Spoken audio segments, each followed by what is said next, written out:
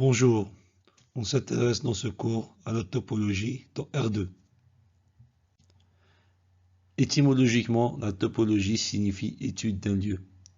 À l'aide de la topologie, nous allons pouvoir donner des définitions rigoureuses au sens mathématique à des notions intuitives. Elle sera notamment très utile pour les fonctions à plusieurs variables. Nous rappelons d'abord l'espace R2. R2 est à la fois un ensemble de points, c'est-à-dire l'ensemble de couple de réels, et un ensemble de vecteurs, c'est-à-dire un aire-espace vectoriel. Les opérations algébriques sur R2 sont les opérations qu'on utilise dans la structure d'espace vectoriel. L'égalité de deux points, c'est-à-dire de deux couples, c'est l'égalité de chaque coordonnée. Enfin, pour alléger nos notations, on utilisera indifféremment la notation en couple, c'est-à-dire XY, ou la notation en vecteur par une lettre en gras, par exemple ici U. Une distance dans R2 est une application qui a deux points associent un réel positif. De telle sorte que la distance de deux points est égale à 0 si seulement si les deux points sont confondus. La distance d'un point U à un point U', c'est exactement la même que la distance de U' à U. Et enfin, la distance entre deux points U seconde va être inférieure à la distance entre deux points U à U' plus la distance de U' à U seconde. Un exemple de distance sur R2 est la distance euclidienne, qui est la distance entre deux points U et V est égale à la racine carrée de x moins x' au carré plus y moins y' au carré, avec x, y les coordonnées de U, x', y' les coordonnées de V. Une autre application importante dans R2, les normes. Une norme est une application qui, à chaque vecteur de R2, associe un réel positif, de telle sorte que la norme du vecteur U égale à 0 implique que le vecteur U est nul. Pour tout réel lambda et tout vecteur U, la norme de lambda U est égale à la valeur absolue de lambda multipliée par la norme de U, c'est ce qu'on appelle la propriété d'homogénéité. Et enfin, l'inégalité triangulaire, autrement dit, la norme de la somme est inférieure ou égale à la somme des normes. Il y a plusieurs normes dans R2, par exemple ici, la norme 1 qu'on appelle la norme de Manhattan ou norme 1, la norme euclidienne qui est la racine carrée de la somme des carrés des coordonnées de U, et enfin la norme infinie qui est donc le maximum des valeurs absolues des coordonnées du vecteur U.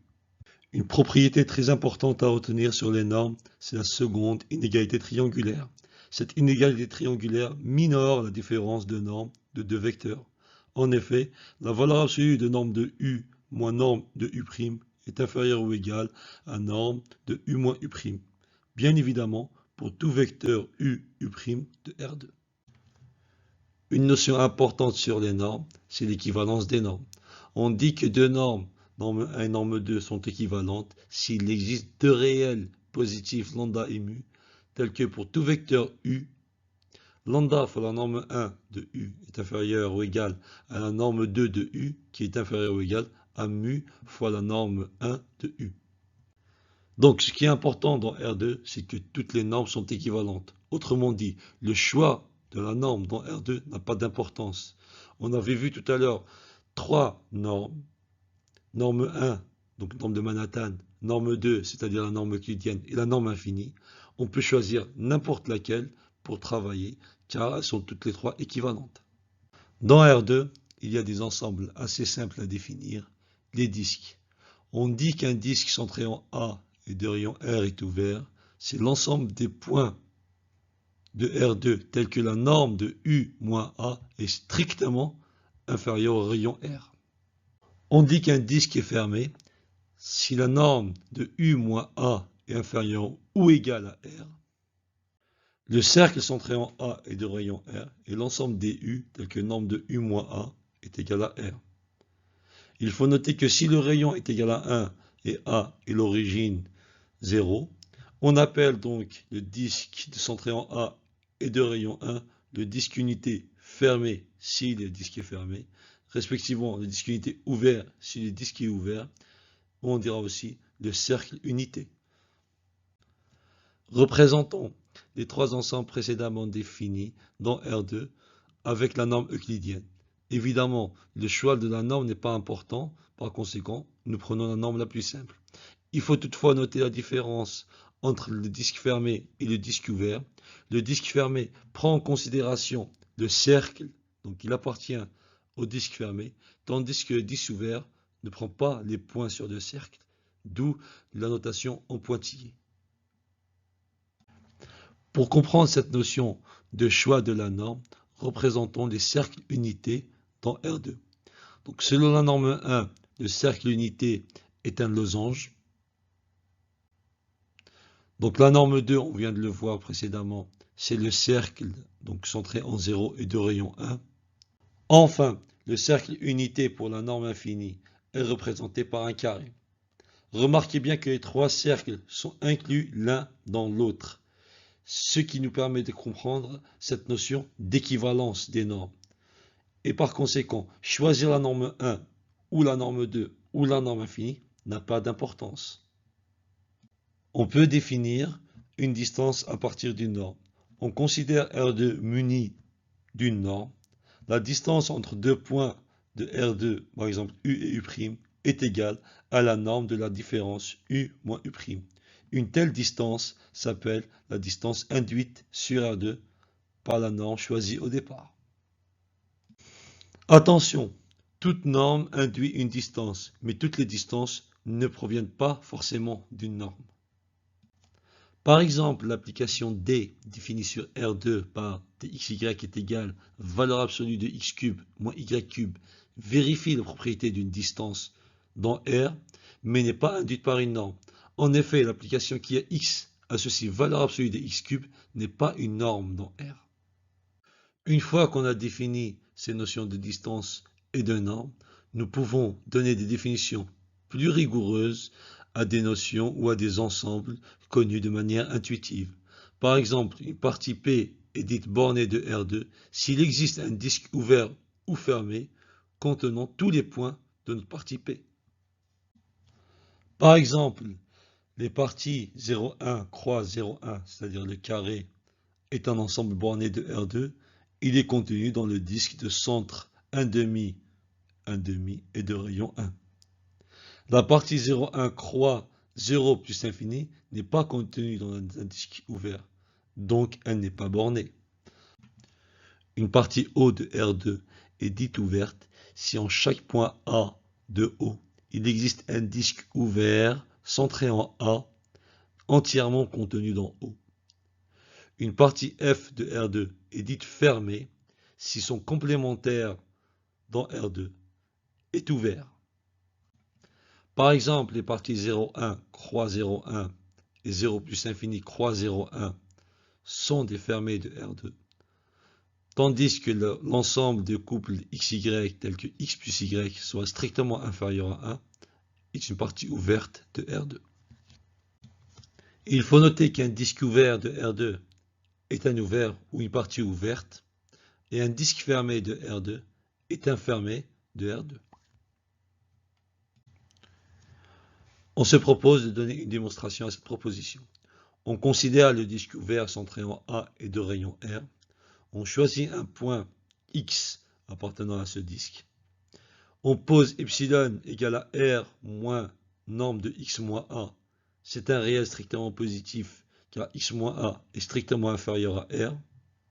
On se propose maintenant de démontrer que le disque centré en X et de rayon epsilon qui est ouvert est contenu entièrement dans notre disque centré en A et de rayon R. On choisit un point Y appartenant au disque centré en X et de rayon epsilon. D'après une égalité triangulaire, on obtient que la norme de 1 moins Y est inférieure à la norme de 1 moins X plus la norme de X moins Y.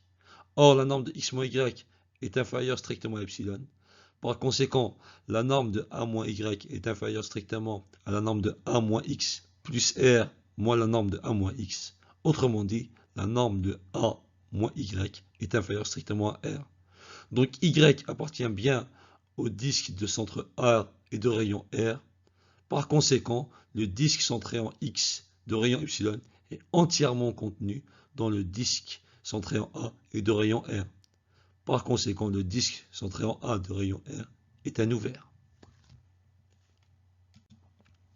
Pour démontrer que le disque fermé centré en A et de rayon R est un fermé, il suffit de démontrer que son complémentaire est un ouvert. On considère un point X appartenant à son complémentaire. On pose epsilon est égal à un nombre de A moins X moins R. Par conséquent, ce nombre-là est strictement positif car X étant en dehors du disque centré en A et de rayon R. Donc la norme de A moins X est strictement supérieure à R. On considère un point Y appartenant au disque centré en X et de rayon epsilon. À l'aide de la seconde inégalité triangulaire, on démontre finalement que le point Y appartient toujours au complémentaire du disque fermé centré en A et de rayon R. Autrement dit que ce complémentaire-là est un ouvert, car il contient entièrement le disque centré en X et de rayon epsilon. Ainsi, le disque centré en A de rayon R est un fermé. On dit que V est un voisinage d'un point X de R2 si V contient une partie ouverte contenant X. On dit qu'un point X est intérieur à un ouvert U si U est un voisinage de X. Autrement dit, si U contient un ouvert contenant X, l'ensemble des points intérieurs s'appelle l'intérieur de U et est noté U avec un petit cercle au-dessus. Par exemple, l'ouvert -1, 1, croix -1, 1 est un voisinage de l'origine. L'ouvert -1, 1, croix -1, 1 est l'intérieur de l'ouvert -1, 1 fermé, croix -1, 1 fermé. L'adhérence d'une partie A de R2 notée A bar est le plus petit fermé contenant A. L'ensemble A bar existe toujours. C'est l'intersection de tous les fermés contenant A. De plus, si A est fermé, alors A est égal à A bar, et réciproquement. L'adhérence de l'ouvert 0,1 ouvert, croix 0,1 ouvert est égale au fermé 0,1 fermé, croix 0,1 fermé. L'adhérence du disque ouvert centré en 0 et de rayon R et le disque fermé centré en 0 et de rayon R. La frontière d'une partie A de R2 est l'ensemble des points contenus dans l'adhérence A bar mais ne sont pas contenus dans l'intérieur de A. On note FR de A ou D rond A. L'adhérence du disque ouvert centré en 0 et de rayon 1 et le cercle centré en 0 et de rayon 1. La frontière du carré ouvert 0,1 ouvert, croix 0,1 ouvert et le carré de sommet 0,0, 1,0, 1,1 et 0,1. Nous avons appris dans ce module les notions de norme et de distance, deux applications très importantes pour la topologie sur R2. En effet, à l'aide des normes ou des distances, nous avons donné des définitions rigoureuses d'une partie ouverte, d'une partie fermée, d'une partie bornée, d'un voisinage, d'un intérieur, voire encore de l'adhérence et de frontières.